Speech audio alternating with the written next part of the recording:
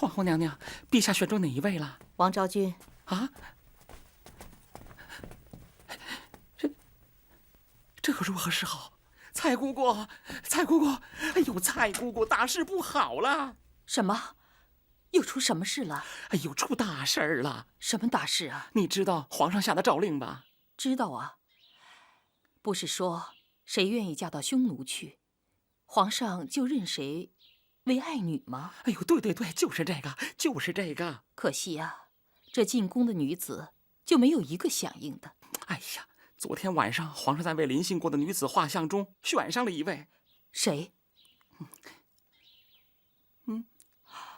黄总管，你是说陛下选中了昭君姑娘？哎呦，嘘。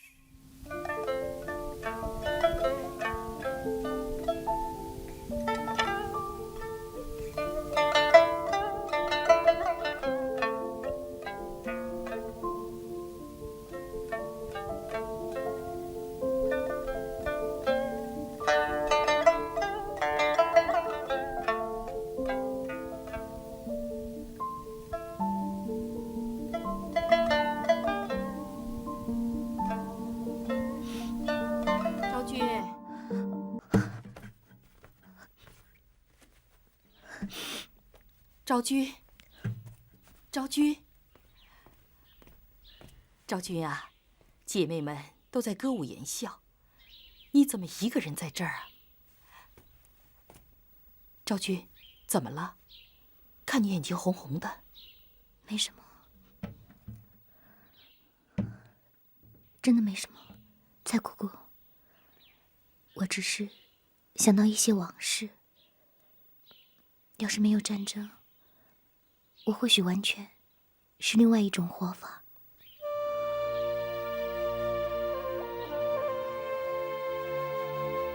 昭君啊，你心里难受了，是不是上次送信的那个族兄啊？还有别人，都已经战死了。是这样。不过，你现在就得想开了啊！这边关的仇已经有人替你报了，那么这边关也就安宁了。那大汉将士都能回来了吗？那怎么会呢？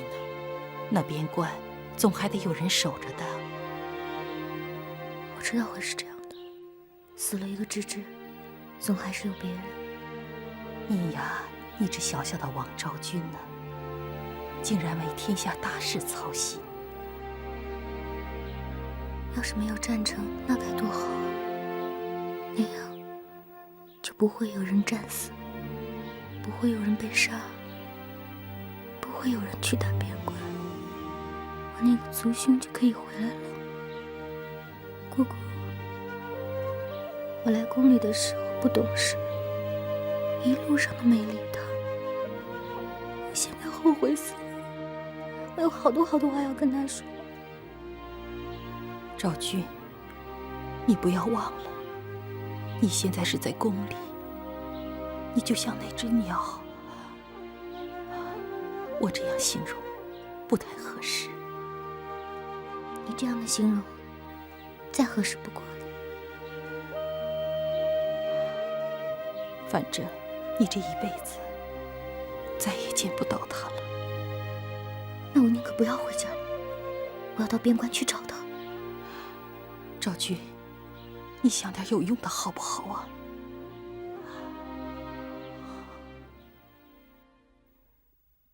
你小小的年纪，知道什么？我怎么不知道？他们让我做汉家女婿，那是在嘲笑我。可父王呢？父王真要做他家女婿？做女婿有什么不好？不正像你所说的，成为一家人了吗？一家人？那汉人有什么好？汉人就是土地好一点，出产东西多。这橘子咱们也没有，我不稀罕。君莫车弟弟，你这是在跟人家赌气，妒忌人家。不是我妒忌，是你无知。我2年前你就听都隆齐舅舅的蛊惑，说父亲要娶的新胭脂在南方，害得父王每天晚上都在做娶汉家女子的美梦。这不是梦，是上天的旨意。就算是吧，上天还有一个旨意，就是要我们拿下汉人的天下，这样我们就不用巴结他们了。在你我和你儿子的有生之年，你说的这些都做不到。做不到就做不到，但汉人想做，却可以做到。那就跟他们拼。弟弟，你这个想法不现实。你这样拼的结果，就是一个匈奴人也剩不下，大匈奴就这样在大地上永远的消失了。你说的对，雕桃莫高。知道吗？我之所以恨你智之大伯，就是因为他总是要让匈奴人没完没了的残杀，最后全部毁灭。其实我可以把单于卫让给智之，但我知道，智之只要活着，就会不断的挑起战争。这我知道，可咱们现在说的是汉人吗？是的，汉人现在是唯一能和我们进行战争的人，而且也是能够把我们打败的人。如果我们和汉人是敌对关系，那还不如让智之继续活着。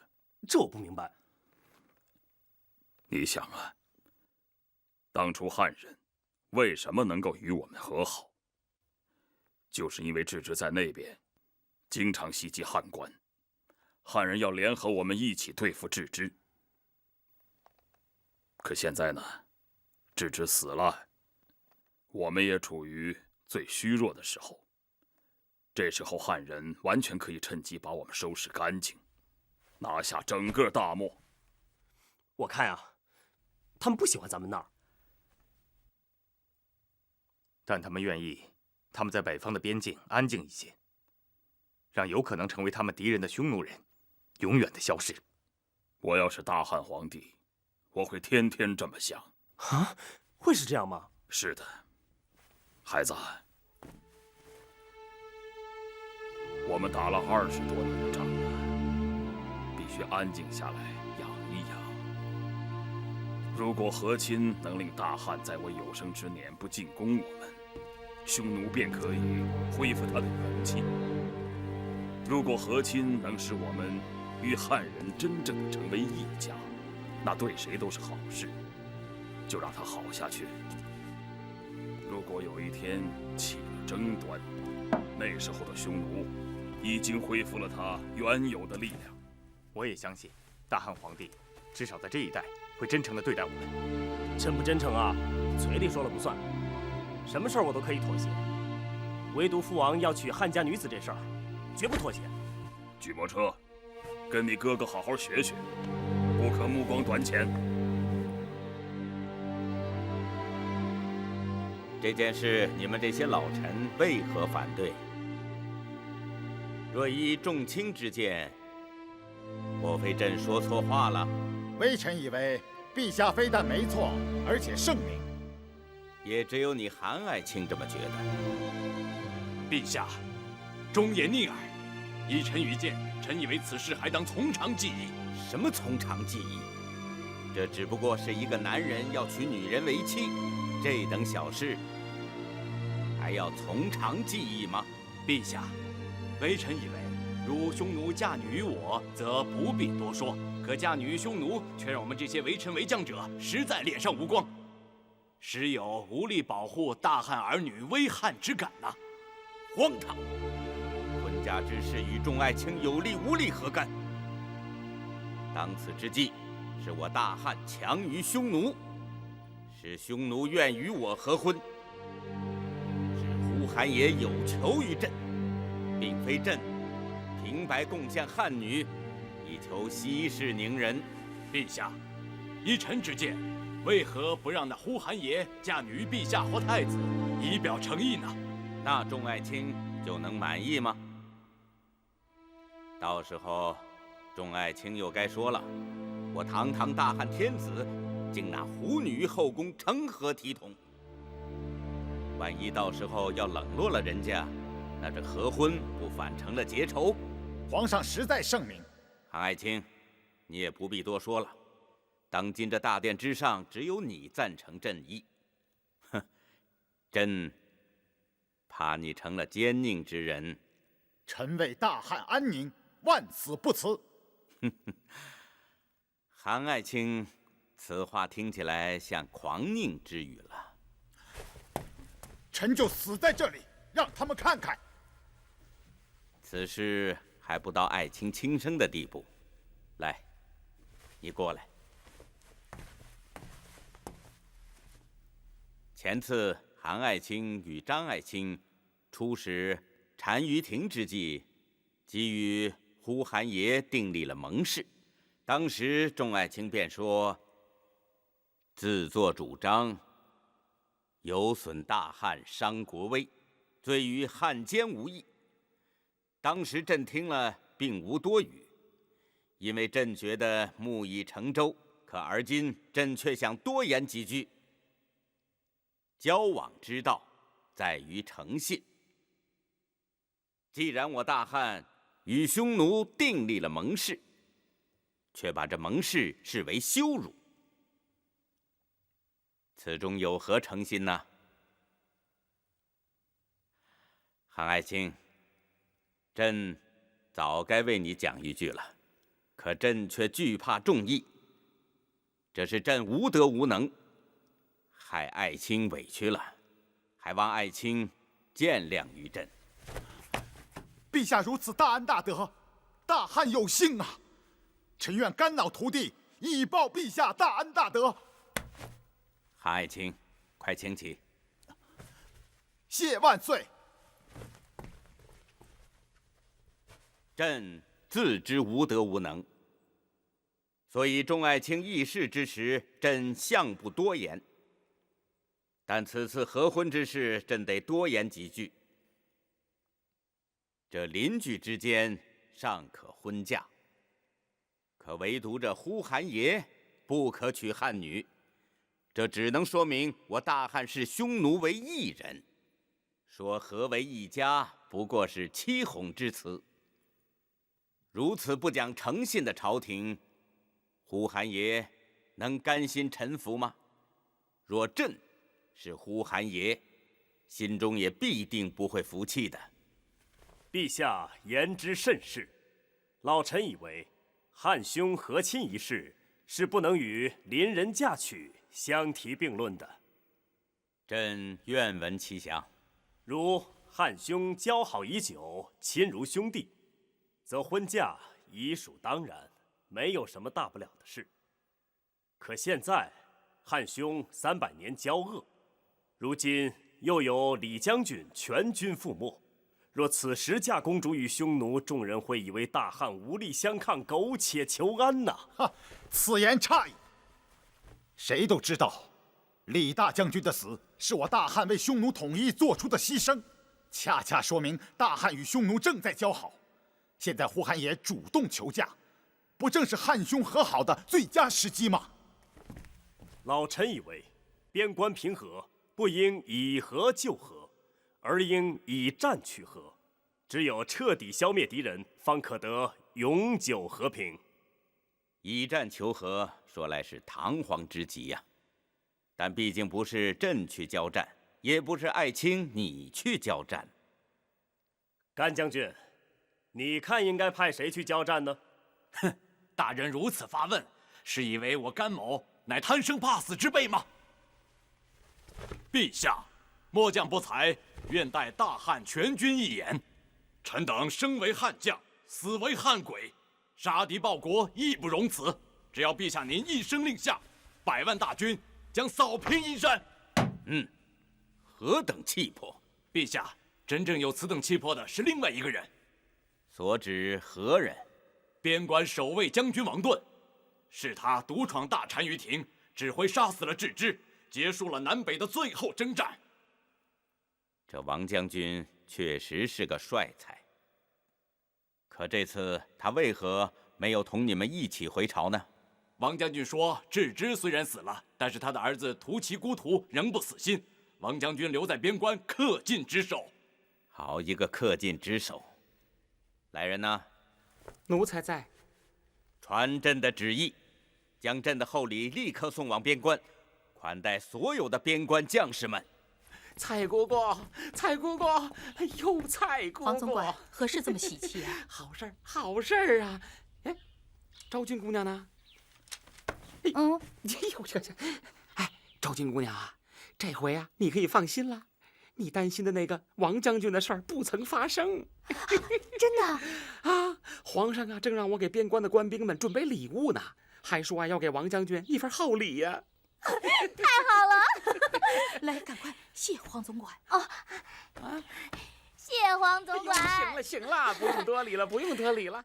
陈将军，朕有一事不明白，想问问你。将军口中这100万大军是来自何处啊？陛下，想我大汉人口众多，征兵100万又有何难？陈将军，你家中有多少人？怕只有80个吧。加上众爱卿全家，加上朕全家，恐怕距这100万之众也相距甚远吧。依朕看，这100万之军还是得来自我大汉100万黎民之中吧。陛下，百姓皆为陛下子民，为大汉尽忠那是当然。倘若朕真的视民为子的话，那么朕愿意将自己的儿子送到刀枪之下吗？一将功成万骨枯啊！众爱卿真以为朕不知道如何去做一个脸上有光彩的皇帝吗？很简单，朕只要发一言，战！朕不必上去打仗。众爱卿虽然要去，但是也可以远离刀枪。真正在刀枪下流血的，却是我大汉100万儿女们呐！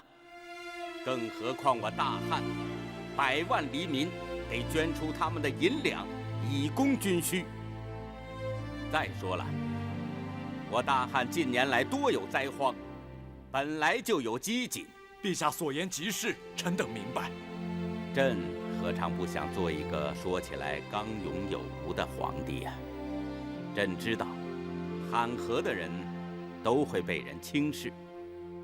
朕心里何尝不想一举平定漠北，北方就此得到安宁？朕知道，在朕的有生之年，匈奴是平定不了的，不如以和亲之举换得几十年的安宁，待日后国力稍强之时，再由后人图以大计。朕乃平庸之人呐，却一直相信，只要国力强，万事安。可朕又逢多事之秋，就只能做个平庸之人了。陛下言已至此，尔等还要如何？臣张猛，从陛下意。臣以为公主远嫁似有必要，呼韩邪由此成为我汉家女婿，他日公主之子也成为我汉家的外孙，有朝一日继单于位，那他也是半个汉人的匈奴王。陈将军糊涂了，我大汉王朝如此之大，还用去跟一个匈奴的小小单于争夺王位吗？臣又说错话了，臣愿从陛下意。臣甘延寿，从陛下意。臣愿从陛下意。从陛下意。臣等愿从陛下意。不过，陛下想婚庆之时亲排歌戏庆贺，臣看是不是就免了呢？可以免了吧，反正朕怕众爱卿反对，从未在呼韩爷面前提出。不过，到时候众爱卿可得高兴一点，不可有蔑视之意。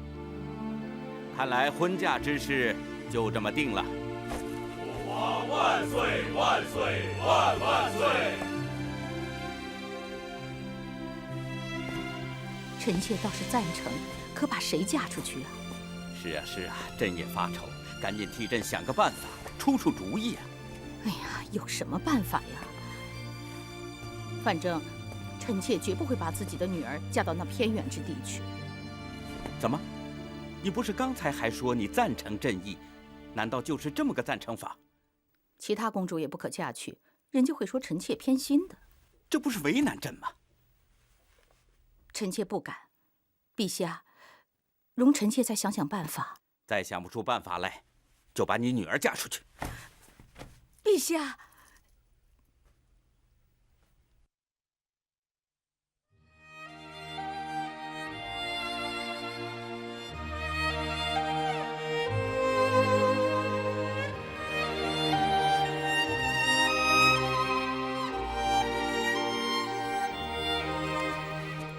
陛下，皇后娘娘、公主求见。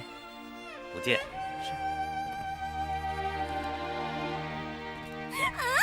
哎呀，娘娘，皇上他，娘娘，娘娘，父王，陛下，父王，你好狠的心呐！把自己亲生的女儿嫁到那么远不说，还要被狗咬、被狼叼、被匈奴人糟蹋。陛下，你倒说句话呀！你都跟他胡说些什么？陛下冤枉臣妾了，那些老臣们早在他的耳边把这些话都灌满了。这些不开窍的老东西，朕都跟他们说了这么多，居然还敢阳奉阴违。好，他们越是这样，朕就越下决心这么做。你下多大的决心我不管，反正你别用在女儿身上就好。你是公主，不嫁你嫁谁呀？父皇，你要真把我嫁给匈奴人，我现在就死在你面前。我的傻女儿，你父皇平日里最心疼你了，怎么舍得把你嫁出去呢？千万别听信那些传言了。陛下，你说臣妾说的对不对？行了，你们把朕的脑子都搅乱了。父王，你就可怜可怜我吧。不管怎么说，我也是你们俩的亲生女儿啊。好了好了，先回去吧，朕再想想。快谢过父皇，快去。我就知道父皇舍不得嫁我，女儿多谢父皇。啊，去吧去吧。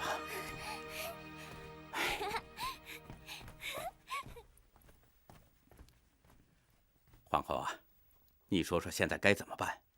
朕说出去的话是不能反悔的。要不，看哪个宫女愿意，就以公主身份嫁出。哎，不行，不行。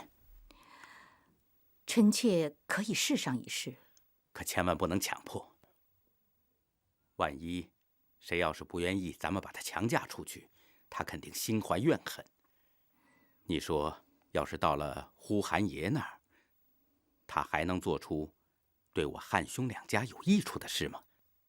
到时候肯定坏了大事，嫁还不如不嫁。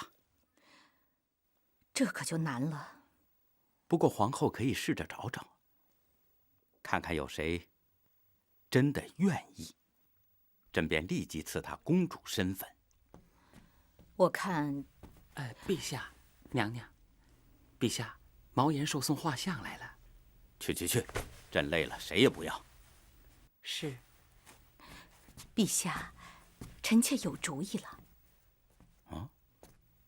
叫毛延寿把所有未临幸过的姑娘的画像全都拿来。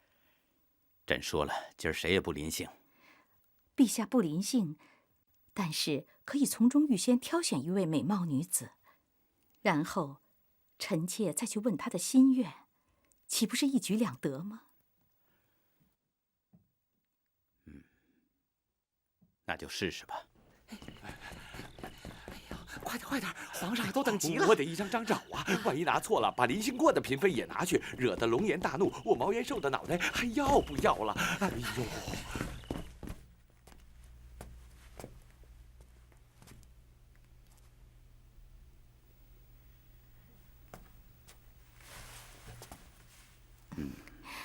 陛下每次临幸也没有看得这么仔细过。这次可不一样，此女子关系着我大汉跟匈奴今后的前途，朕可得仔细挑选才行。再看看这些，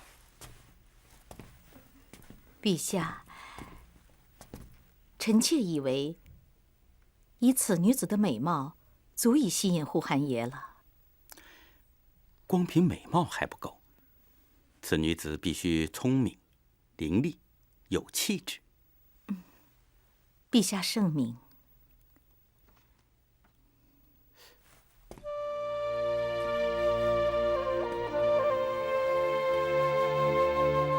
此女子美丽，可惜了，她不就是那个王昭君吗？陛下难道忘了，王昭君虽美，可惜她脸上恰恰长了一颗不吉利的滴泪痣。哎，皇后，你想想，这滴泪痣对咱们汉人来说或许是不吉利，可是对于他们胡人、匈奴人来说，他们不那么讲究，他们只信神明，并不信什么阴阳八卦。或许这滴泪痣对他们来说，正好是颗美人痣啊。陛下不是说不能光选美貌女子吗？可你忘了，上一回他托丽君带来那首卷词，能写出那么美妙的词句来，他还不够聪明伶俐、有气质吗？是。你看看，他双眼透着灵气，就是他，就是他。哦，皇后，你还得亲自去问问人家，看看人家愿不愿意。如果人家要是不愿意，咱们不能强迫，只得另选他人。臣妾遵旨。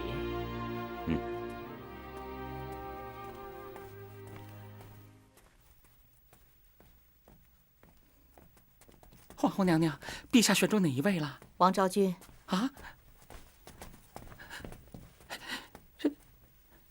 这可如何是好？蔡姑姑，蔡姑姑，哎呦，蔡姑姑，大事不好了！什么？又出什么事了？哎呦，出大事儿了！什么大事啊？你知道皇上下的诏令吧？知道啊。不是说谁愿意嫁到匈奴去，皇上就认谁为爱女吗？哎呦，对对对，就是这个，就是这个。可惜啊，这进宫的女子就没有一个响应的。哎呀，昨天晚上皇上在为临幸过的女子画像中选上了一位。谁？黄总管，你是说陛下选中了昭君姑娘？哎呦，嘘，别让她听见，听见了多难受啊！可是昭君姑娘她早晚都会知道的呀。天哪，这昭君姑娘，她的命怎么这么苦啊？黄总管，你平时这么喜欢昭君，这么疼爱昭君姑娘，你赶快想办法救救她。哎呦，别急别急，现在呀，只有一个办法可以救她了。什么办法？皇上虽然是选中了她，但是也嘱咐皇后，说是必须要征得她本人的同意。她要不愿意呀，谁也不能强求。这是真的啊？黄总管。是啊。哟，我愿意，我愿意。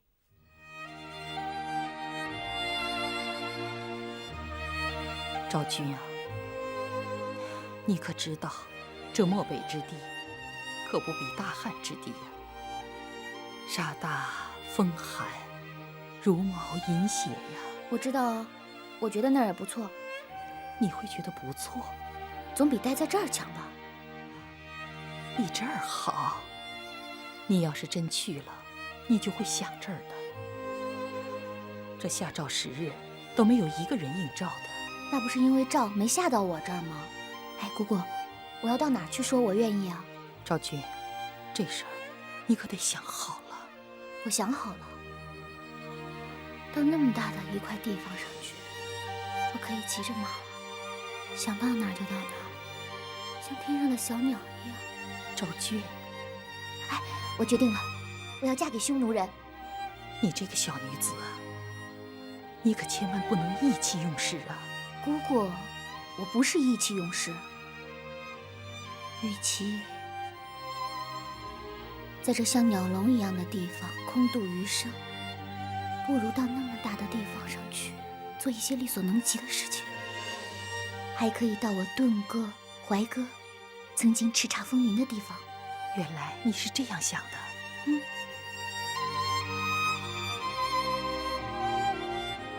知道今天召你来是什么事吗？知道，远嫁匈奴。陛下选中了你，你愿意吗？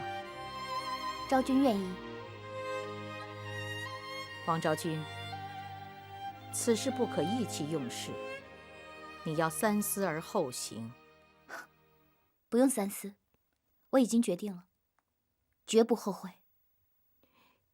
你可知道要嫁的是什么人吗？匈奴大单于呼韩邪。他真答应了，太好了！皇后，你的主意好啊！还是陛下的眼光好。真没想到有如此知书达理的女子。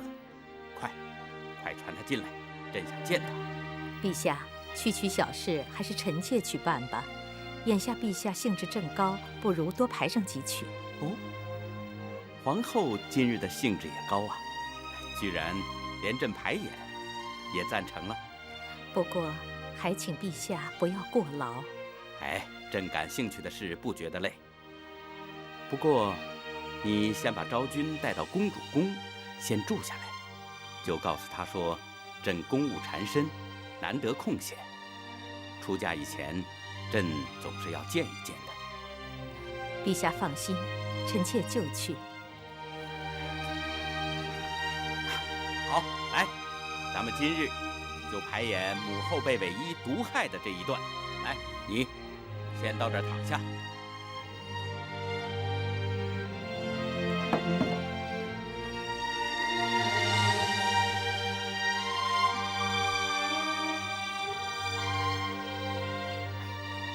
黄总管，快去告诉他们，别再给我送礼物了。嗨，他们给你你就拿着吧，也别过意不去啊。没准你不去，他们就得去，到时候抽签那么一弄，这指不定谁去谁不去呢。嘿，所以呀，他们不信你信谁？黄总管，可是我这是为自己去，又不是为他们。哎呦，我跟他们去说，谁也不信呢，谁好好的去那儿啊？黄总管，可我这真是为了自己去，你也不信？我信，我信。为什么你信啊？为了王将军啊。什么王将军呢？嘿嘿，昭君姑娘，我直说了吧，上次王将军在宫前递家书的时候，我就看出来了，昭君姑娘跟王将军的交情可不一般呐。哦，对了，还有那次我去那个秭归选美的时候，那一晚上歹徒入室行凶抢劫，我怀疑呀，也是那个王将军派人所为的吧。总管，你别瞎猜了，那事儿啊跟王将军一点关系都没有。嘿，姑娘说逮人变鸟飞了，我当时不明白，现在才知道，这姑娘当时没被吓坏。你想啊，你被歹人带着跑了大半夜，若是姑娘的腿不跟着使劲儿，她怎么可能呢？黄总管，王将军真的没有你说的这个胆量，你就别冤枉他了。哎，胡乱说说也没关系。那照你这么说，昭君姑娘，你自愿去匈奴，难道就跟王将军一点关系没有？总管，你这是什么话？我嫁的是呼韩爷，又不是王将军。哎，那总是能离得近点儿呗。近点儿又怎么了？总管，你说的是什么话了？昭君姑娘，那你告诉我，你为什么去匈奴啊？总管，你不是说知道吗？哎，那我又不知道了呀。那我就实话告诉你吧，我不喜欢这儿，我要离开这儿。哎呦，我说昭君姑娘，这话可不能乱说。总管，你不是说胡说几句没什么吗？哎呀，你这话不能说给别人听，知道吗？我当然知道了，我又不是傻子，而且我知道总管你是个好人。这好人？就因为我拿了你的金鸟笼子，就说我好人啦？我那不是自愿要送给你的吗？而且你帮了我的忙，我理应谢你才对啊。哎呦喂，我这忙帮的呀，把你帮到冷宫里去了。这不能怪你。要不，姑娘，我把那鸟笼子还给你。哎，不用不用，总管你还是留着吧。以后我见到鸟笼我就把它砸碎。哎呦，那我还是留着，我还是留着吧。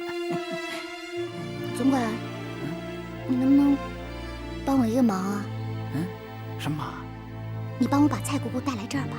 哟，那可不行，蔡姑姑现在也是掖庭待诏，她进不来呀。那你不能跟皇后娘娘说说，蔡姑姑她多可怜呢，又对我那么好。可怜是可怜，可是姑娘别往心里去，她呀是另有所图。她图我什么呀？她想着呀，昭君姑娘早晚会被皇帝陛下召见，你呢心地又善良，在皇上面前说几句她的好话，她日后在宫中那也算有靠山啦。黄总管，那依你这么说，人人做点什么不都是有所图了？哎呦，你可不知道昭君姑娘，她以前对别的待诏姑娘，那动不动就打呀。怎么会呢？嘿，我在这儿待了半辈子了，我什么不知道啊？是吗？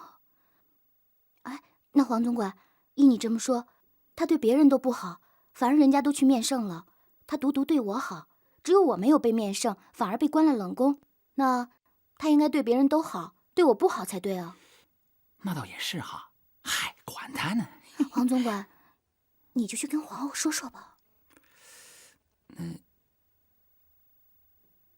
我试试吧。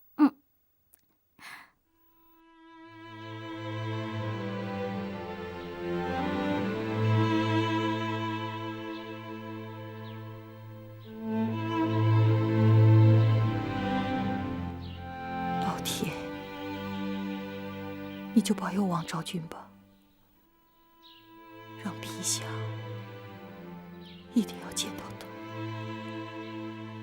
哪怕只有一面也好。什么？刚让他住到公主宫，就要把人往里带？哼，不懂规矩！娘娘息怒，依奴才的意思，那蔡姑姑已经年老。你是说我渡人之美？不，奴才不敢，奴才不敢。奴才的意思是，那蔡姑姑已经没几天活头了。这么多年来，她只对昭君姑娘一个比较友善。娘娘，您就不如这成全了她吧。你可知道，她为什么唯独对昭君这么友善？奴才不敢多想。这两个人太像了。从进宫那天起，他就没把谁放在眼里，总以为凭着自己的美貌和才情就可以无所不能了。对这种自以为是的人，不足以用情。我不准。遵旨。还有一事。怎么这么多事啊？昭君姑娘想请人教她匈奴语言和匈奴的风俗礼仪，不知娘娘意下如何？荒唐！她是以一个堂堂大汉公主身份嫁出去的，匈奴自然会以汉俗对待的，要学什么匈奴的语言习俗啊？可是昭君姑娘说，依咱们大汉所畅行的妇道，嫁鸡随鸡，嫁狗随狗，嫁给匈奴人，怎么可以不知道匈奴人的语言习俗啊？呵，人还没嫁出，就已心属匈奴，我看日后汉匈有争，他怕是不能站在大汉一边吧？娘娘息怒，可他要不这么想，谁又愿意去呀？娘娘，您总不至于真的让那些公主们去匈奴吧？也是。那好吧，就找一个老实一点的匈奴人教他，不过不准带进宫来，让他到老师家去，徒入师门，不为过。娘娘，都龙旗怎么样？合适。那奴才这就去办。黄总管，你要跟紧一点儿。万一他哪一天遇见陛下，也许会多有不便。奴才记住了。还有，把那个叫蔡姑姑的打入冷宫。啊，娘娘，这用何罪名啊？见离后妃，多有怨恨议论。可这议论谁听着了？要你知道吗？是。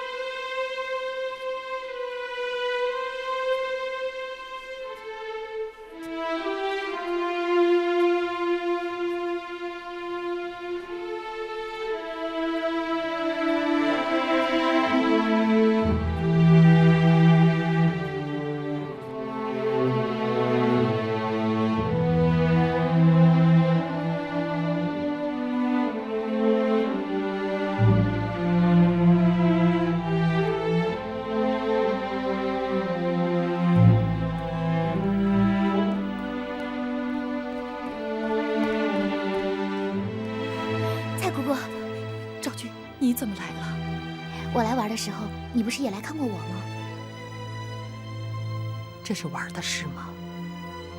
蔡姑姑，你放心吧，再过不久啊，你肯定能从这儿出去，你相信吗？我信，我信。你已经不是一般人了，很快就会成为尊贵的公主。姑姑有一件事情想求你。好啊，蔡姑姑，你说吧。若是你真的远嫁匈奴的话，能不能把张子歇给救出来呢？蔡姑姑，你身陷冷宫之中，居然还能惦记着张大哥。其实张大哥也帮过我的忙，昭君定当全力报答的。蔡姑姑，你就放心吧。我没有看错，姑娘心地善良，救出张子歇，就算我蔡姑姑一生的造化了，也是我这个黄脸婆沾了一次大光了。蔡姑姑想沾多大的光，昭君我呀，就让你沾个够。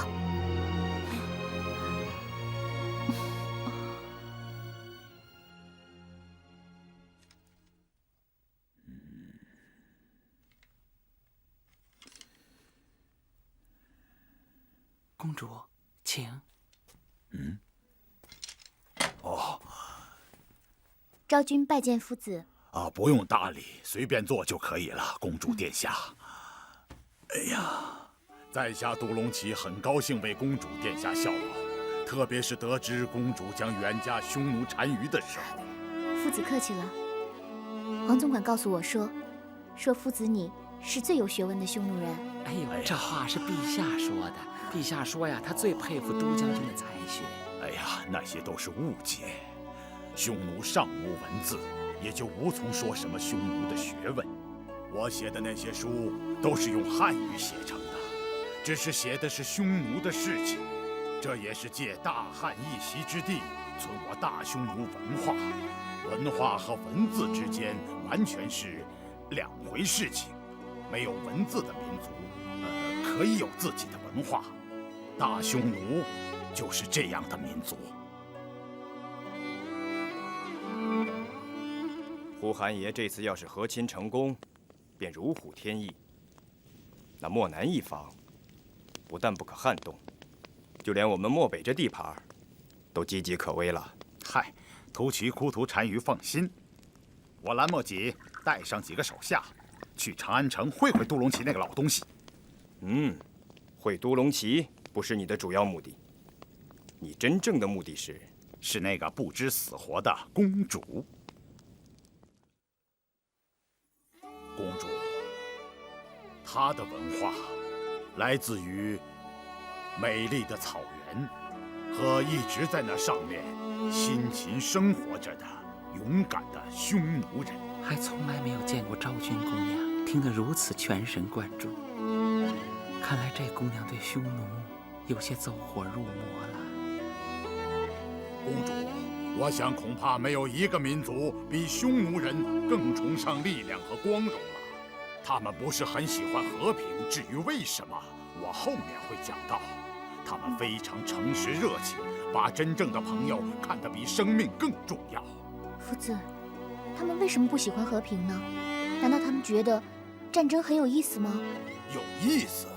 不，他们也是人，也知道战争会夺取他们的生命，但他们没有办法。神赐给他们的土地与大汉的完全不同，那里不能长庄稼，不能种菜，也没有什么水果一类的东西。可是那里有草啊，可以放牧，养马放羊啊，夫子。他们正是这样做的，但是你得知道，那里的冬天历时半年，长草的季节只有4个月多一些，还常常干旱。一旦出现风、雪、旱、虫灾害，牲畜和人就难以活命了。他们要想活下去，就只能到别的土地上去寻找一线生机。比如，他们就到南边大汉的边关上来，这样战争就开始了。那你们可以不用战争啊，比如说，与大汉合为一体，这样在有灾情的时候就可以得到帮助，也不用去抢了。这些年，呼韩邪单于正是这样做的，但我怀疑这种做法能维持多久。你要知道，在这种合作中，只是大汉帮助匈奴，而匈奴对大汉不可能有任何帮助。大汉在匈奴那里得不到任何好处，就很难保证大汉不会有一天认为这是一个很重的负担。如果我是大汉皇帝陛下的大臣，那么我就会建议朝廷把这个包袱甩掉。谁愿意自己百姓辛辛苦苦种出来的粮食、织成的布匹，白白的送到别人的手里去呢？可是，大汉也许是这样想的，不能让自己的朋友饿死。他们对呼韩邪一直是这样做的，但是我敢说，会有人心里很不舒服。要是我，就不会很舒服。也许我会让那些从我这里拿走东西的人也别太舒服，至少应该让他们觉得自己是乞丐、无赖、贱民，让他们觉得自己很羞耻。不服气就来打一打，大汉足可以消灭任何敌人。父王，孩儿打听过了，听说皇上亲自选了一个美貌的公主，名叫昭君。真的吗？嗯。这昭君姑娘长得怎么样？我还没有见过，不过听说现在正在多隆齐舅爷那里学习咱们匈奴的语言、习俗和礼仪。哦，在你三舅爷那儿学啊？嗯，那还不是方便的很呢。走，咱们看看去。哎，父王，我觉得您现在去不合适吧？嗯，也对。啊，要不孩儿先替您去，到时候回来给您形容一番。好，快去快回。哎，这可怎么办呢？现在能看到的也就只能靠匈奴单于的明智了。呼韩邪是个明智的人，我越来越觉得是。夫子，你认识呼韩邪单于吗？哈哈，何止认识，我是他的舅舅。真的吗？夫子，你也当过将军？公主殿下觉得我是个假将军？不是这个意思，我是觉得你不像一个军人是吗？在我们那里，每一个年轻的匈奴人，他们都会打仗。我曾经把呼韩邪打得几乎全军覆没，一路500里不敢回头。他可不愿提起这个不光彩的往事。不过后来我又和他并肩作战，打败了郅支。这个以后公主殿下可以问呼韩邪。哎呦，夫子，你可不能这么说呀！你放心吧，我不会只说呼韩邪的坏话，还有好的呢。公主殿下，你将要嫁给的这个人，最终打败了我就是想跑500里不回头都不可能了。那时我就看出来他是位真正的英雄，不但善战，而且有头脑，能使匈奴人得到安宁。夫子，你不是他的舅舅吗？我也是郅支的舅舅，可我投靠了呼韩邪。在呼韩邪和郅支对峙的时候，是我向大汉朝廷建议，与郅支相比，大汉更应该承认呼韩邪的单于位置。现在他已经成为了匈奴真正的大单于了。等将来，我会告诉呼韩邪你说的这些话。你是他的舅舅，应当得到他的尊重。是吗？你说到我的心里去了。按大汉的辈分论，我应该是他的三舅。三舅？是啊，我的姐姐是他父亲的专渠胭脂。什么专渠胭脂啊？就是皇后。下面还有大胭脂和其他胭脂。匈奴单于不像大汉皇帝陛下那样，一般说来有10几个胭脂就已经很多了。胭脂，这是匈奴话吗？对，匈奴有个胭脂山，上面长着红兰花，我们把用这种花碾成粉叫做胭脂。女人浓妆的时候用它来涂脸，看上去红润好看，而且还带着迷人的香气。就是涂脸用的胭脂。对。我们也叫做胭脂。不过，我们把出了嫁的女人也叫成胭脂。她是谁的女人，我们就叫她是谁谁谁的胭脂。甚至我们把母亲也叫做母胭脂。这么说，胭脂就是女人的意思了。公主殿下说的对呀。别跑，别跑！想什么？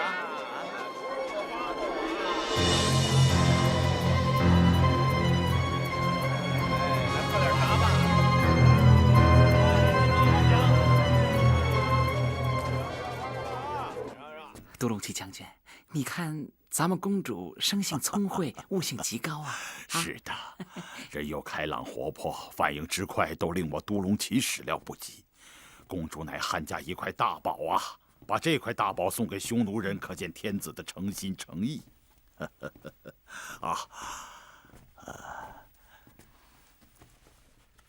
这是我姐姐当年的画像，她是老单于的第一任胭脂，所以叫专渠胭脂。夫子，我也会被称为胭脂吗？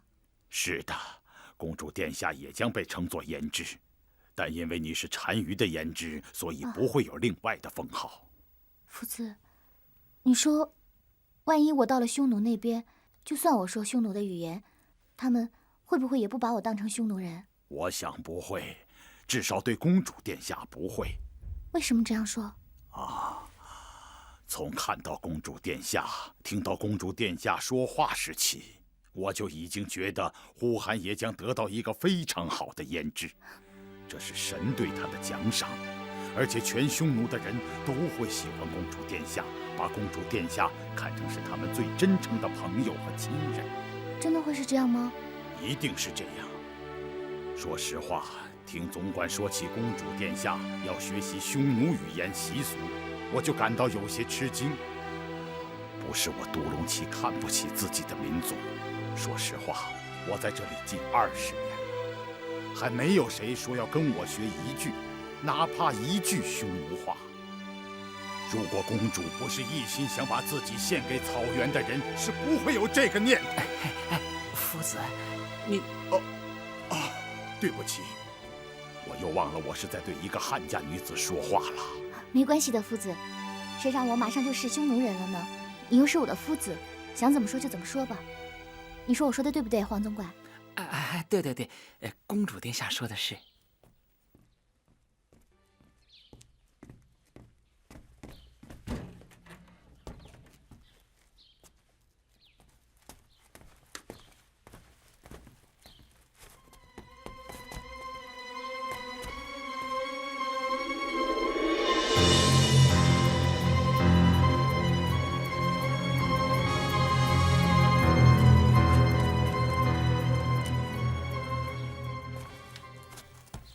我要说，公主殿下，你虽生在汉地，但你是神为匈奴人准备的最好的赏赐。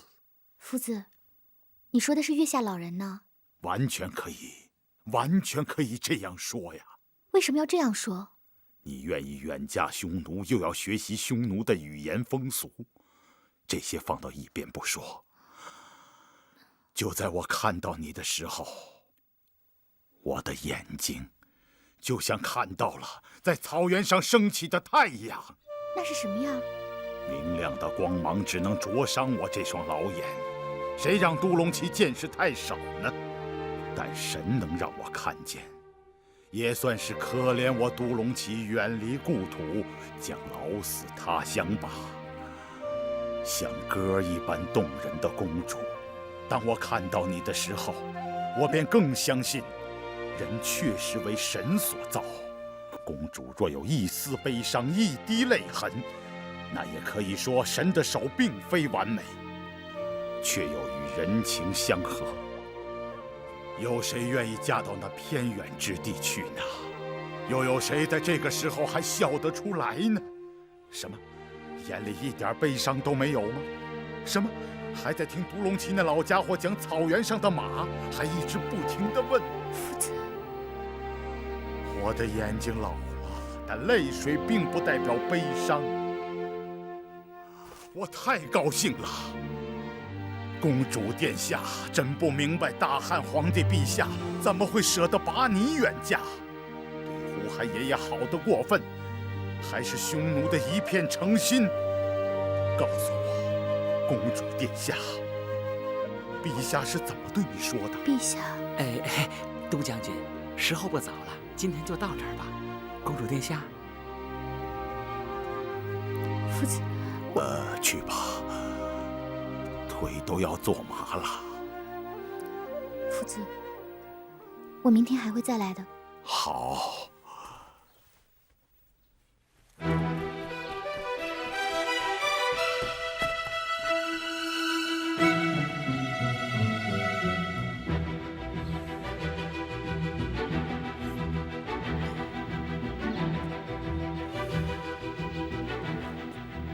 这么好的姑娘，大汉，这是为什么呢？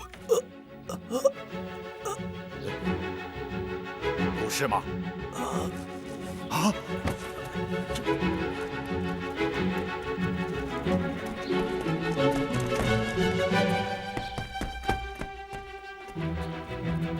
你们，这只单于之子左大将军屠其孤图，向多隆渠将军问好。你们要干什么？我们要在这住几天，不知将军是否愿意？这种事情用得着杀人吗？他知道太多了。那你们到后院去，那儿有空房子，我不想看见你们。有吃的没有？有，走，走，走。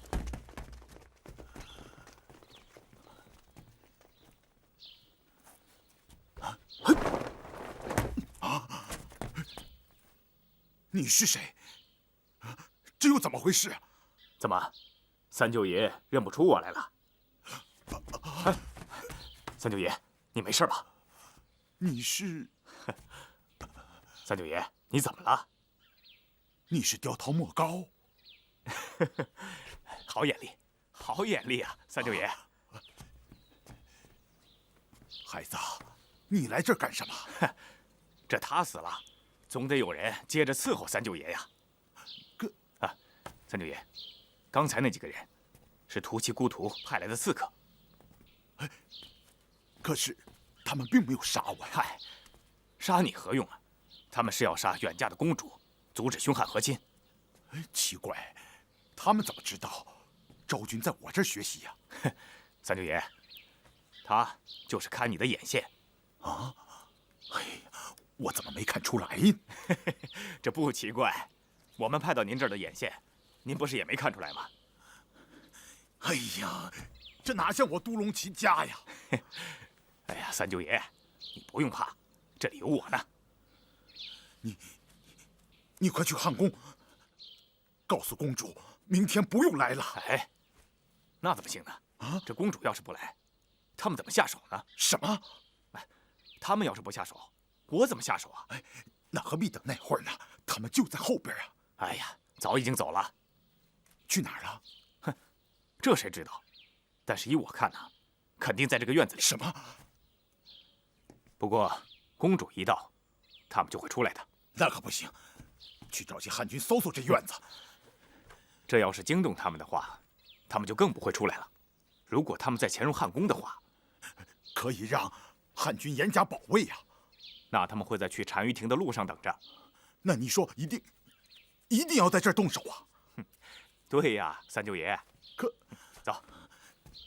可万一那公主有个三长两短的？放心吧，三舅爷，有我呢。就你一个？啊，这还不够？哎呦，我的天哪！你可知道那公主是天下最好的姑娘啊？哎，真的吗？当然了。陛下，奴才亲耳听到那都隆齐说，昭君公主乃是他所见过的最美丽、最聪慧、最独特的女子，而且还说昭君公主是咱们大汉的一块宝。陛下能将这样的一块宝赐给匈奴人，足见天子的真心实意。他真的这么说的？奴才不敢有半点欺君之意。爱妃，你听见没有？朕所钦点的人选，匈奴人相当满意。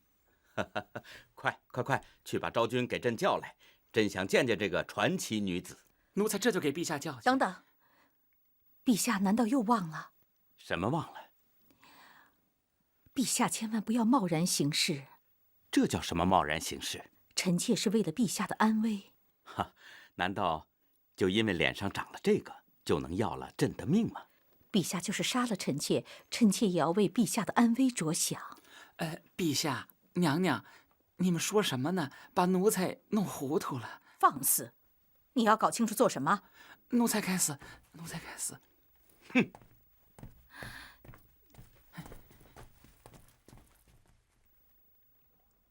大汉天子真是对我心诚之至啊！你们说呢？三舅爷也说，从他这些年在汉地得知的情况来看，大汉皇帝对我们匈奴确已尽力。我看啊，也许是什么圈套。且不撤，弟弟，说话要有良心。你好好想一想，我们能给人家带来什么？战争吗？刁头莫高，那你动脑子想想，凭什么这平白无故的好事儿会落在你头上？你这样想多让人家伤心，人家真心对我们，你却胡乱猜测。好了，父王，我走了。对三舅爷要好一点。虽然他早就离开了我们，但终归为我们做了不少的好事。这我明白，多加小心，不要出一点差错。父王，你就放心吧。明天我就告诉你们，大汉形容的最美丽的姑娘到底长什么样。嗯。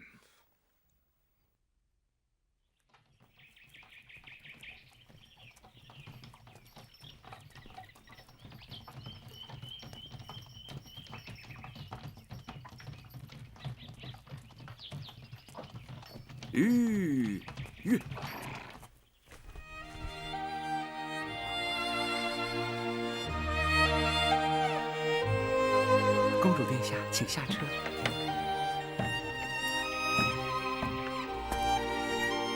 都龙旗恭候公主殿下。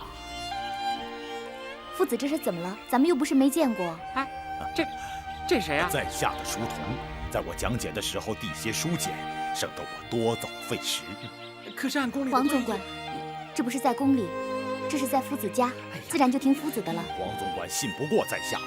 哎，不是。黄总管，这是在夫子家里。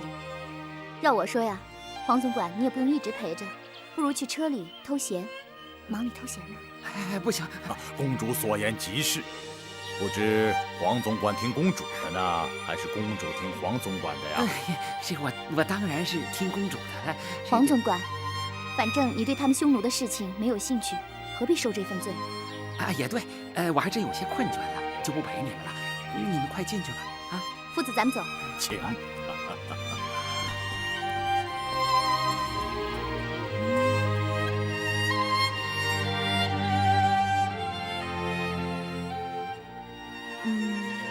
匈奴的大单于又叫称尼孤图单于，那称尼呢，在匈奴语里就是天的意思，而孤图是儿子的意思，所以就称之为天之子。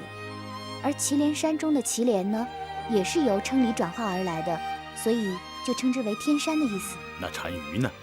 广大无边的意思。匈奴单于家族是何姓氏？栾堤氏。先祖姓氏。夏后氏。若提这个词怎么解释？若提就是孝敬的意思。那汉语里圣贤一词匈奴话怎么说？圣贤就是屠齐。屠齐孤图这个名字是什么意思？那自然就是圣贤之子的意思了。呼韩邪呢？太阳之王。夫人。胭脂。公主。居次。宝刀。晋鹿。雄鹰呢？阿多木。哈哈，好一个公主殿下，真是聪慧超群呐！是夫子教得好。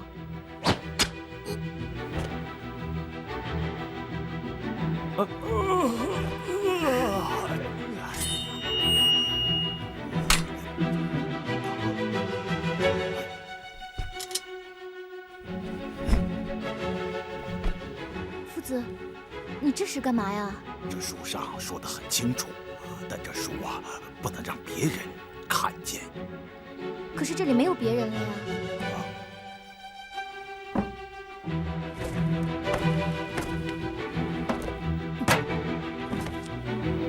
公主，你看看这个。夫子，你看看这个。夫子，你拿反了。我拿反了。看，这个不是刚刚才看过的吗？看过了，那换一个。哎呦！夫子，他这是怎么了？他呀，肚子疼，疼得厉害。别管他，他老这样。哎呀！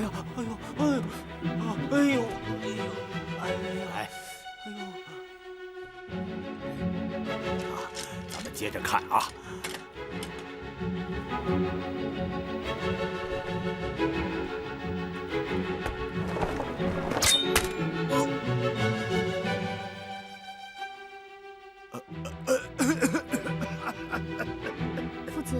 夫子，你怎么了？没事。没事了，咱们接着看。来，看啊。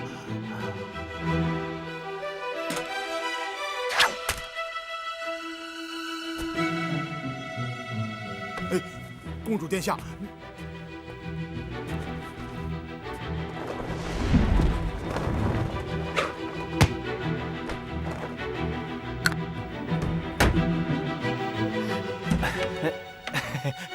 夫子，他刚刚不是肚子疼吗？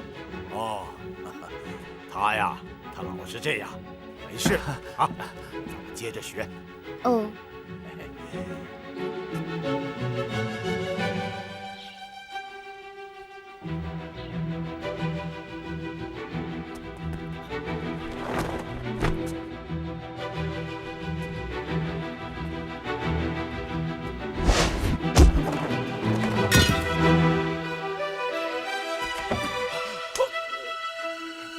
还没轮到你。怎么了？不知道。哎，你听，没听见。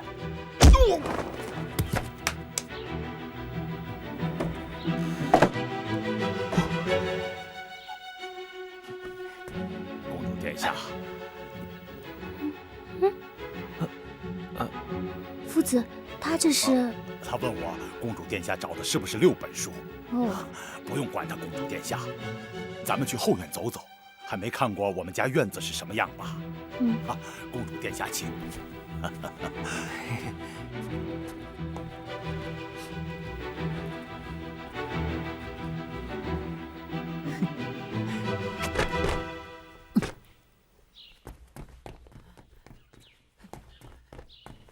公主，公主。公主啊，公主，刚才你没听到什么声音吗？哦，我带着公主去看看我的匈奴氏的宅院，你也跟我一起去吧。哦，那好吧。哎，杜将军，你那个书童呢？哦，他刚刚肚子疼，正在里面歇着呢。啊，咱们走吧，公主。走，夫子。慢点儿。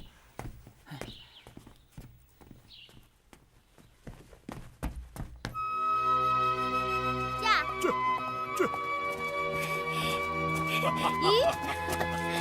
去。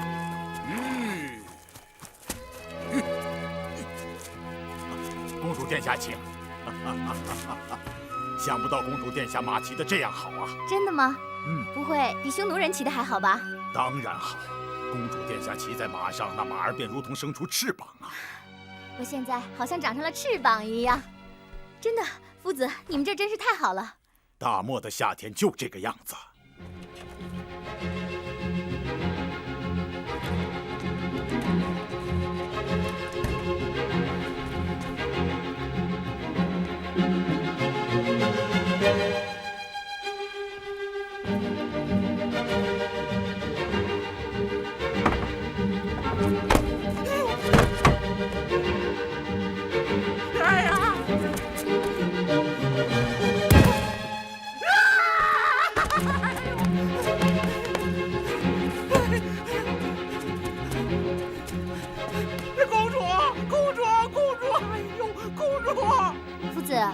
说真的，你怎么会想到把后院弄成这样的？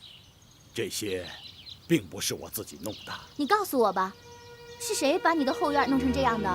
我住的这条街叫镐街。哦，我听说在京城的所有匈奴人都住在这条街上。大汗陛下怕我们居住不便，思念故乡，就吩咐把镐街的每个住处都修成一个一个小的草原。这倒挺有意思。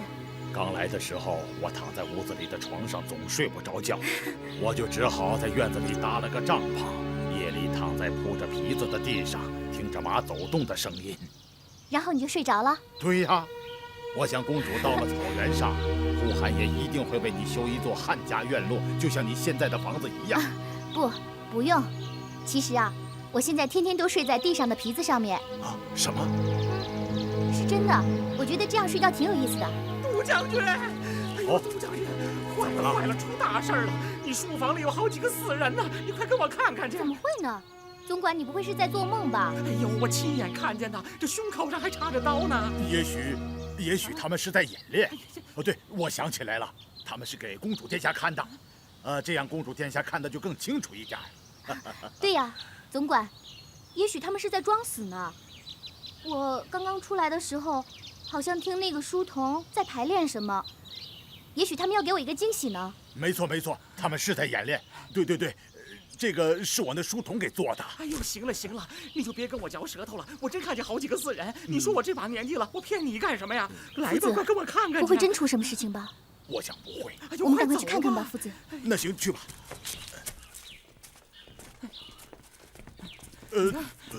总管敢肯定就在里面吗？哎呀，肯定在这里。几个死人？好几个死人呢，都插着刀呢。哦，哎，都死了。哎呀，肯定死了，我还骗你干嘛？你肯定没看错吧？哎呀，肯定没看错。哎呀，进去看看不就知道了吗？对。哦。哎，公主殿下，就在这儿。黄总管啊，你说的死人在哪儿呢？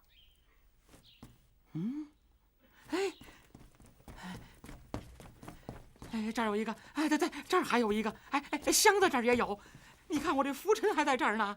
出了什么事情？我只是想吓唬一下公主殿下。哎，你看，我说什么来着？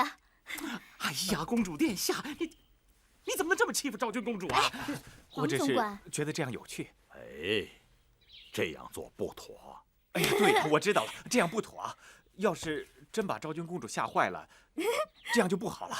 下回再有这种事儿，你们得先向我通报啊！通报不就吓不着我了吗？那就不好玩了。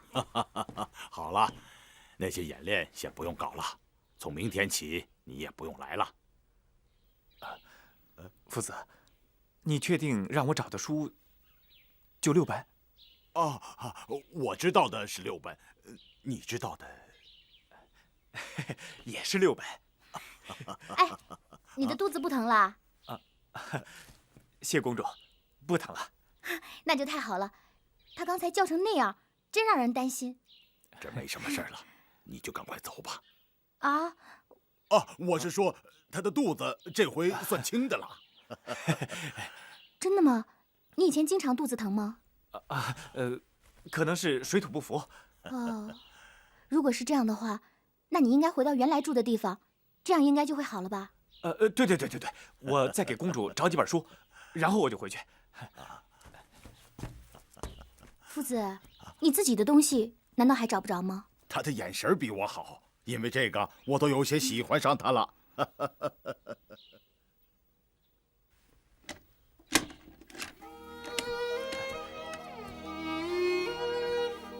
公主殿下，你要的书。黄总管，你可能不能在这儿待着了，因为夫子在讲课的时候啊，不能让别人在场。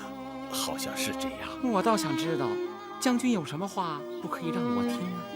总管要想知道咱们匈奴人的风俗，汉人听了也许会觉得不太好吧？怎么不太好啊？在我们匈奴人的婚姻和继承问题上，多有与大汉礼教不合之处。比如说，一个人继承另一个人的财产，包括他的妻子，父亲死了，儿子可能娶继母为妻。你这不乱伦吗？你说的是真的吗？很普遍。儿子娶母亲为妻？不是生母，而是和他年龄相仿的继母，也就是父亲的小老婆。那也太别扭了吧？可是你要知道，在草原上，一个女人很难生存的。如果当父亲的死了，他的儿子不娶他的继母，那么那个女人和她幼小的孩子们，因为生活无着，不能生存下去的。另外，匈奴人把女人当成是财产的一部分，女人如果嫁到别的家庭，就如同财产流失一样。哎呦，行了。哎，你说的这些啊，跟咱们公主殿下也没关系。将军，你就别说了啊。哎，黄总管，这些事情听起来还挺有趣的。那还有呢？再也没有什么可以不让别人听到的了。是这样啊。明天我让公主听听我们的匈奴歌舞。真的吗？太好了。我也只能是大概说一说。不能唱一唱吗？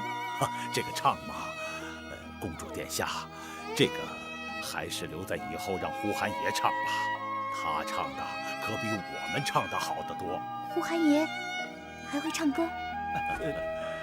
他什么歌都会唱。真的吗？这有何奇怪的？大汉皇帝陛下不也是多才多艺吗？我听说陛下不但会弹琴，还会写些词曲呢。这些公主殿下不会不知道吧？可是，哎，昭君公主，咱陛下一向注重妇仪，在儿女面前可从来没做过不为君为父的事情。夫子见过陛下的词曲吗？如公主殿下尚不得见，杜隆奇又何缘得见呢？说的也是，都说是挺好的。要是有一天能够听一听、看一看，那就更好了。哎，慢点，慢点，小心啊，公主殿下。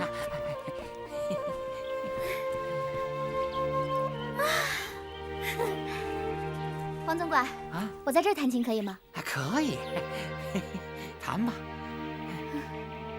哎，黄总管，那边是谁在排戏啊？啊，皇上。皇上啊，走去看看。哎呦，这可不行！这皇上排戏的时候啊，那可是不允许外人看的。哦，原来还要这样啊！哎，黄总管，你说，皇上他现在要是走出来看看我，那该有多好啊！皇上现在是你的父皇了，早晚一天他会看见你的。那要等到什么时候啊？哎呦，那这个也许是早，也许是晚。哎，不过到你出嫁那天，他准能看见你啊！出嫁啊？还要等那么久啊？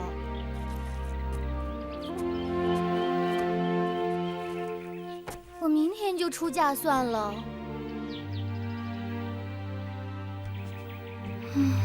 哎呦，老天爷，帮帮这个可爱又不幸的小姑娘吧，让皇上早日看到她，哪怕只看上一眼呢。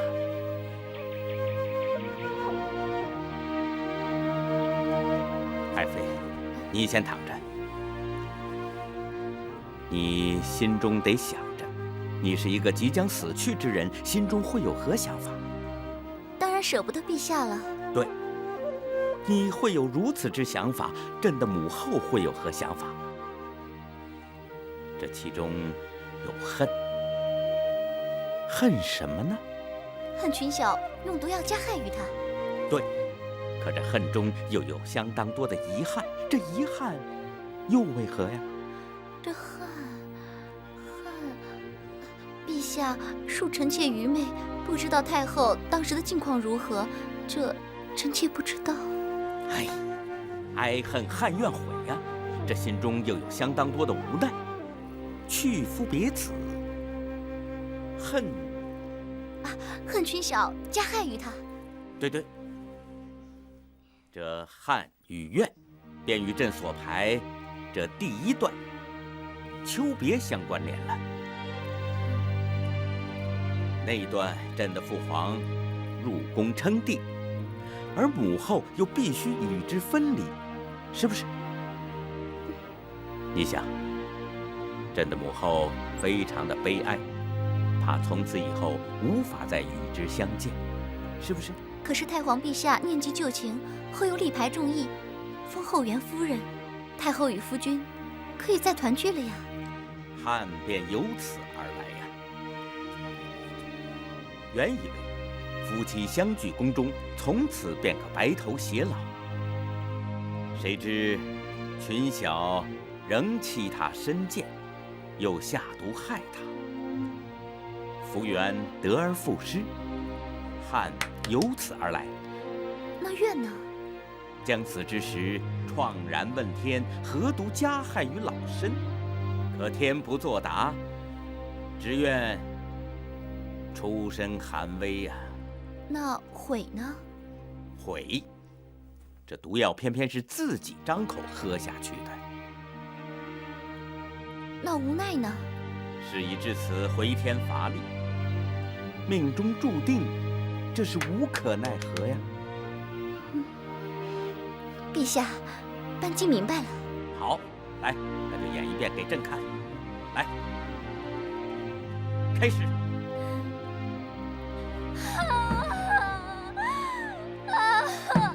哎呀，不对，这有如悍妇撒泼呀！含蓄点，再含蓄一些。来，再来。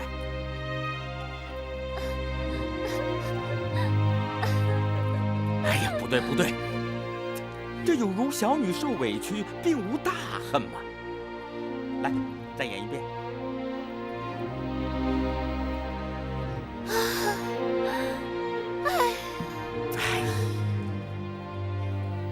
这怎么行呢？那陛下，那该有什么办法吗？要不陛下您演一个看看？朕演？不行不行，怕朕也演不来。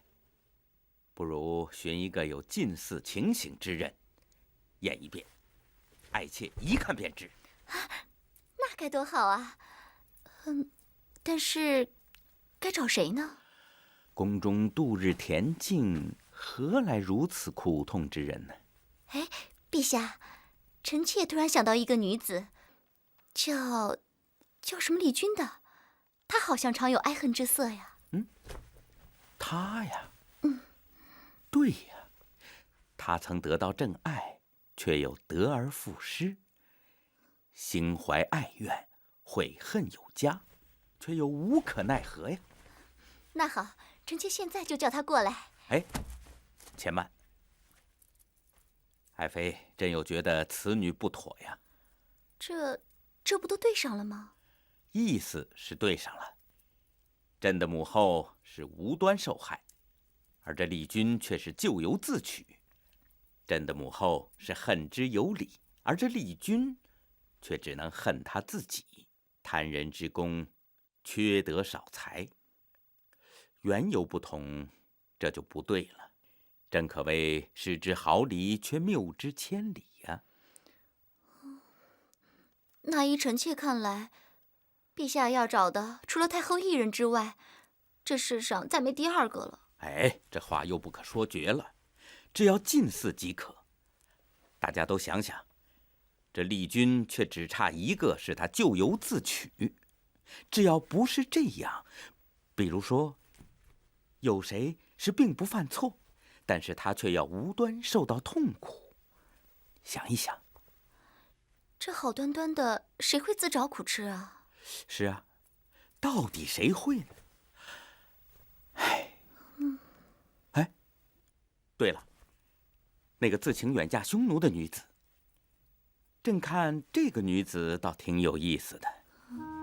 对，哎，你们看，这个女子并无过失，虽然长得美，却因稍有瑕疵，就错失了被朕临幸的机会。如今还要远嫁到偏远的匈奴，这就是无端受苦啊！本来已经到了朕的宫中，原本以为与朕所有的爱妃一样，过着全天下女人最幸福的日子，可是这福分却与她擦肩而过，正如同得而复失，憾在其中。你说对吗？那恨呢？恨，朕虽不知这女子为何会自请远嫁匈奴，但朕私下里可以说，虽然诏上明言是自愿，但也会有人强迫吧？你想一想，谁会自愿嫁到那偏远的匈奴之地去呢？受人迫使，也正如被人加害，恨也尽在其中啊。那怨呢？只怨命不由人呐。如他早些或晚些到宫中来，也不会遇上这种事啊。对，那哀呢？一去匈奴，生不如死啊，哀是自然的。那悔呢？毕竟是自己要去，正如毒药一样，朕的母后是自己要喝下去，悔而无奈。这女子叫什么呀？与皇后只差一个字，叫王昭君。王昭君。那好，臣妾马上命人召她过来。且慢。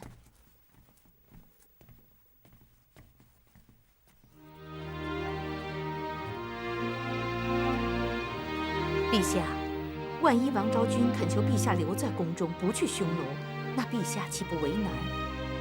这也没什么好为难的。朕也知道，此事关系到大汉和匈奴之间的和好。既然已经说了，而且名单已经交给了单于，又如何能反悔呢？朕到时定会好言相劝，也告诉昭君，此事等于是帮了朕的大忙，朕肯定会重赏。臣妾以为，只怕是很难办。难办也得这么做。爱妃，快去啊！陛下，臣妾也以为皇后娘娘说的不无道理呀。陛下，此事还是臣妾亲自去办吧。那就有劳皇后了。这样，皇后，你去告诉昭君，就说，其实朕也不愿意把大汉女子远嫁匈奴。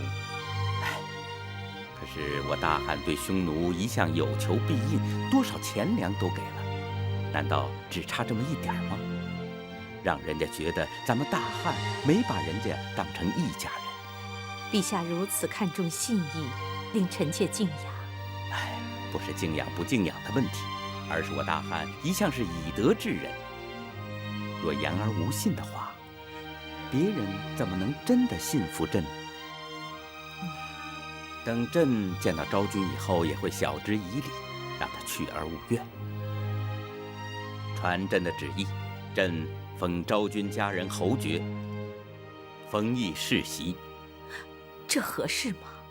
皇后，人家替你女儿去受苦，等于替女儿去送死。封侯，过分吗？是啊，陛下圣明。快去吧，朕先在这儿排演一下，等着他来。班姬啊，等昭君到来以后，你可得好好观察。人哀至极之时，不是只知哭泣，这心死之人静如止水，但面如死灰，形容枯槁，言未发而泪先流，泪未干而思虑又起。你们谁能体会得到？朕可以让他扮演母后之角，你等可要用心品味啊。陛下请放心。你怎么还在这里？臣妾就去。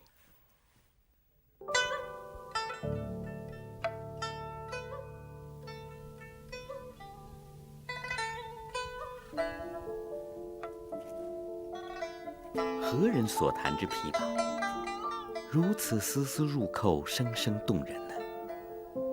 而且它又融合匈奴乐和汉乐，太妙了！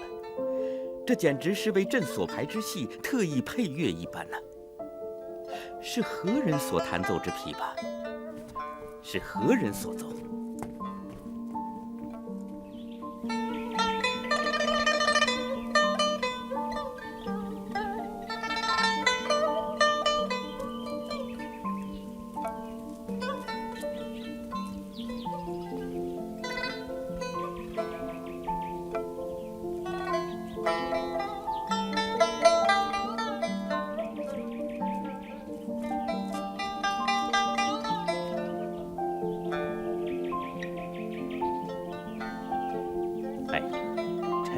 落雁之美，有过之而无不及呀。陛下，他就是陛下要找的那个王昭君。皇后认得他？陛下不觉得他与毛延寿笔下的王昭君一模一样吗？面如桃花，光彩照人，洁白无瑕呀。是，陛下圣明，也许是毛延寿把名字给弄错了。王昭君，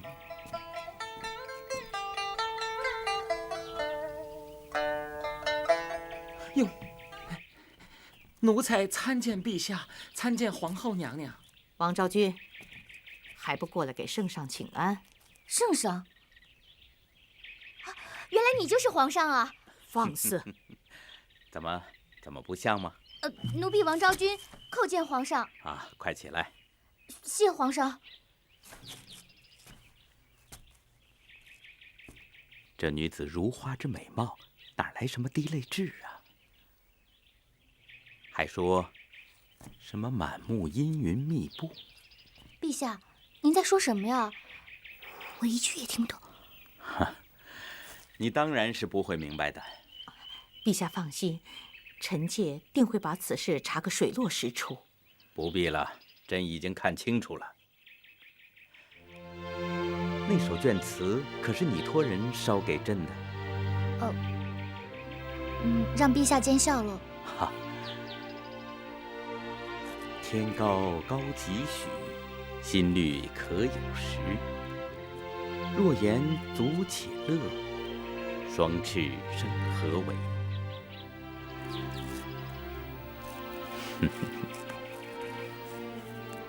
陛下可真是出口成章啊！哎，这不是朕写的，是昭君写的赋词。那不过是我瞎写的，还让陛下生气了。朕实在是后悔莫及呀。来，靠朕近一点。昭君，为何发笑啊？没什么，陛下。那为什么不断发笑啊？那小女就直说了吧。今日小女见到陛下，觉得陛下挺有趣的。哦，你觉得朕很有趣？其实也不能这么说，只是小女一直未曾见到陛下，心里觉得很好奇。今日见到陛下，就像得知谜底一般，只是释然一笑罢了。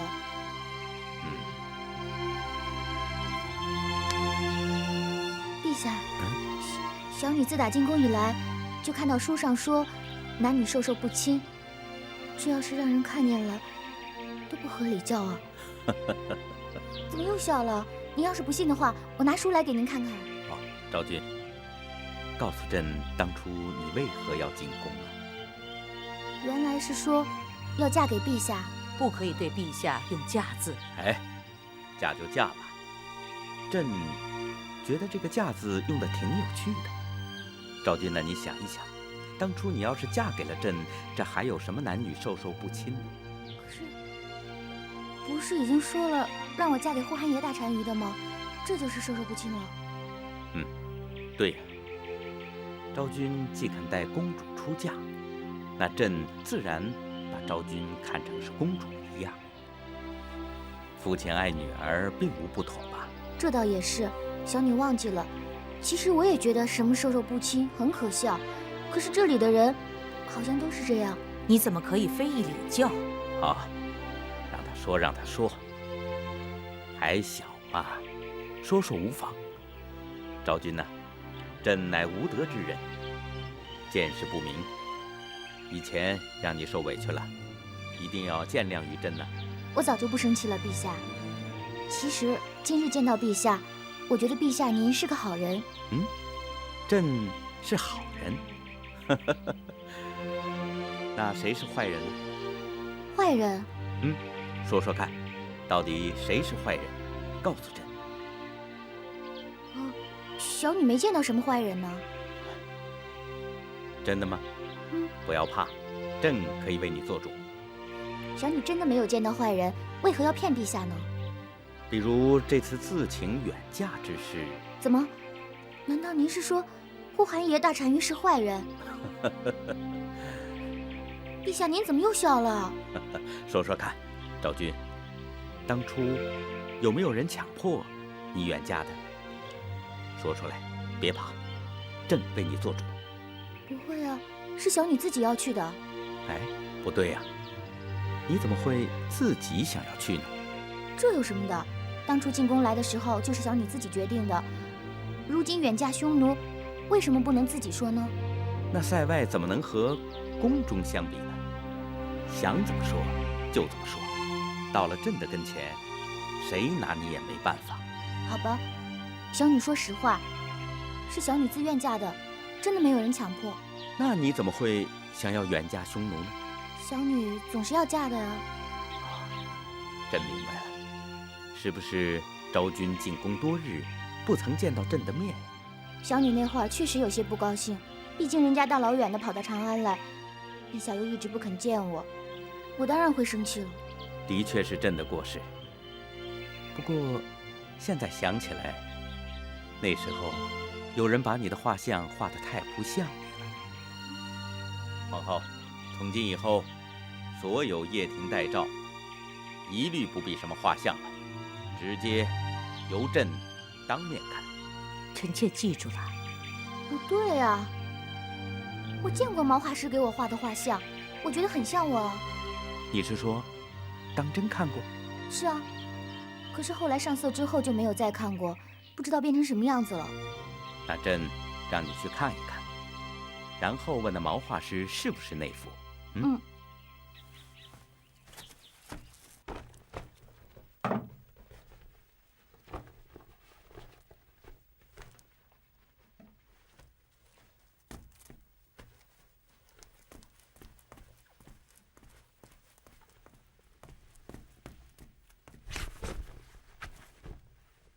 昭君啊，看看是不是这一幅？是，但好像也不是。这话怎么说？上面画的是我没错，可是我脸上没有。没有这颗痣是吗？嗯，这可是一颗真正的美人痣。小女的确长有一颗痣，可是这颗痣是长在这里的。一般人是发现不了的。这痣可地地道道是个美人痣。你可知道这痣长在眼角底下叫什么吗？滴泪痣。滴泪痣？没错。那就是说，长有这颗痣的人都喜欢哭是吗？是的。我可不喜欢哭，我喜欢笑。昭君笑起来还真是好看。无中生有，不知道这画师为什么要这么做。昭君，你怎么又笑了？我猜啊，这一定是毛画师收画的时候粗心，本来应该点在小女耳下的，结果呀，他点错地方了。你真这么想？是啊，不然该怎么想？那也许他要是故意的呢？故意？他为什么要故意啊？这也是朕想弄明白的事啊。朕早就听说那毛延寿画师有贪赃枉法、收受贿赂之嫌。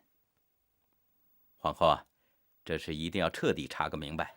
是，臣妾一定会追查到底。如果发现真像陛下所言，定严惩不贷。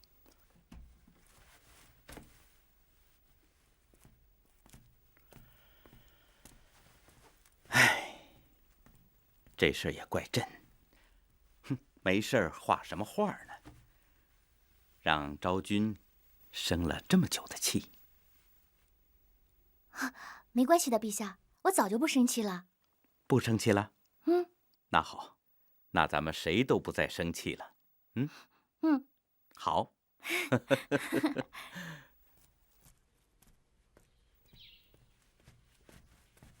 你们通通都出去，快点儿！是，快！